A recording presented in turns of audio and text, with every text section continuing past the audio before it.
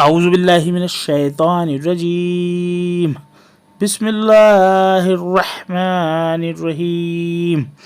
قرآن مجید ترجمہ سورہ البقرہ نمبر 2 آیت نمبر 270 سے 286۔ اور تم جو خرچ کرتے ہو یا جو نذر مانتے ہو اسے اللہ جانتا ہے، اور ظالموں کا کوئی مددگار نہیں۔ اگر تم اپنے صدقات ظاہر کر کے دو تب بھی اچھا ہے، اور تم اگر انہیں چھپا کر محتاجوں کو دو تو یہ تمہارے لیے زیادہ بہتر ہے، اور اللہ تمہارے گناہوں کو دور کر دے گا، اور اللہ تمہارے کاموں سے واقف ہے۔ انہیں ہدایت پر لانا تمہارا ذمہ نہیں، بلکہ اللہ جسے چاہتا ہے ہدایت دیتا ہے۔ اور جو مال تم خرچ کرو گے اپنے ہی لیے کرو گے، اور تم نہ خرچ کرو مگر اللہ کی رضا چاہنے کے لیے۔ اور تم جو مال خرچ کرو گے وہ تمہیں پورا کر دیا جائے گا، اور تمہارے لیے اس میں کمی نہیں کی جائے گی۔ یہ ان حاجت مندوں کے لیے ہیں جو اللہ کی راہ میں گھر گئے ہوں اور زمین میں دوڑ دھوپ نہیں کر سکتے۔ ناواقف آدمی انہیں غنی خیال کرتا ہے ان کے نہ مانگنے کی وجہ سے۔ تم انہیں ان کی صورت سے پہچان سکتے ہو، وہ لوگوں سے لپٹ کر نہیں مانگتے۔ اور جو مال تم خرچ کرو گے وہ اللہ کو معلوم ہے۔ جو لوگ اپنے مالوں کو رات اور دن چھپے اور کھلے خرچ کرتے ہیں ان کے لیے ان کے رب کے پاس اجر ہے، اور ان کے لیے نہ خوف ہے نہ وہ غمگین ہوں گے۔ جو لوگ سود کھاتے ہیں وہ قیامت میں نہ اٹھیں گے مگر اس شخص کی طرح جسے شیطان نے چھو کر خبتی بنا دیا ہو۔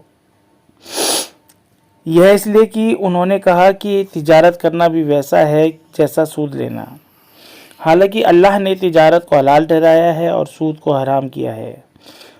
پھر جس شخص کے پاس اس کے رب کی طرف سے نصیحت پہنچی اور وہ اس سے رک گیا تو جو کچھ وہ لے چکا وہ اس کے لیے ہے، اور اس کا معاملہ اللہ کے حوالے ہے۔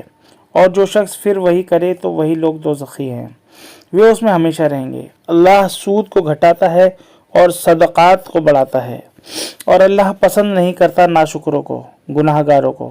بے شک جو لوگ ایمان لائے اور نیک کا عمل کیے اور نماز کی پابندی کی اور زکوٰۃ ادا کری ان کے لیے ان کا اجر ہے ان کے رب کے پاس، ان کے لیے نہ کوئی اندیشہ ہے نہ وہ غمگین ہوں گے۔ اے ایمان والو، اللہ سے ڈرو اور جو سود باقی رہ گیا ہے اسے چھوڑ دو اگر تم مومن ہو۔ اگر تم ایسا نہیں کرتے تو اللہ اور اس کے رسول کی طرف سے لڑائی کے لیے خبردار ہو جاؤ۔ اور اگر تم توبہ کر لو تو اصل رقم کے تم حقدار ہو۔ نہ تم کسی پر ظلم کرو اور نہ تم پر ظلم کیا جائے۔ اور اگر ایک شخص تنگی والا ہے تو اس کی فراخی تک مہلت دو، اور اگر معاف کر دو تو یہ تمہارے لیے زیادہ بہتر ہے اگر تم سمجھو۔ اور اس دن سے ڈرو جس دن تم اللہ کی طرف لوٹائے جاؤ گے، پھر ہر شخص کو اس کا کیا ہوا پورا مل جائے گا اور ان پر ظلم نہ ہوگا۔ اے ایمان والو، جب تم کسی نردھارت مدت کے لیے ادھار کا لین دین کرو تو اسے لکھ لیا کرو، اور اسے لکھے تمہارے درمیان کوئی لکھنے والا انصاف کے ساتھ، اور لکھنے والا لکھنے سے انکار نہ کرے۔ جیسا اللہ نے اسے سکھایا اسی طرح اسے چاہیے کہ لکھ دے، اور وہ شخص لکھوائے جس پر ادائیگی کا حق آتا ہے، اور وہ ڈرے اللہ سے جو اس کا رب ہے اور اس میں کوئی کمی نہ کرے۔ اور اگر وہ شخص جس پر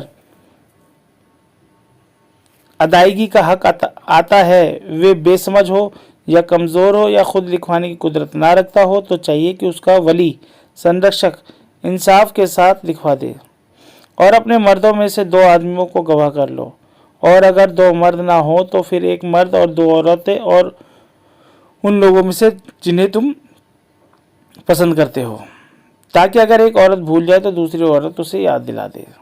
اور گواہ انکار نہ کرے جب وہ بلائے جائیں، اور معاملہ چھوٹا ہو یا بڑا، میعاد اودھی کے نردھارن کے ساتھ اسے لکھنے میں کاہلی نہ کرو۔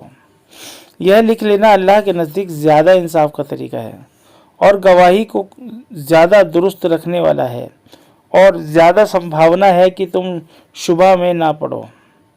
لیکن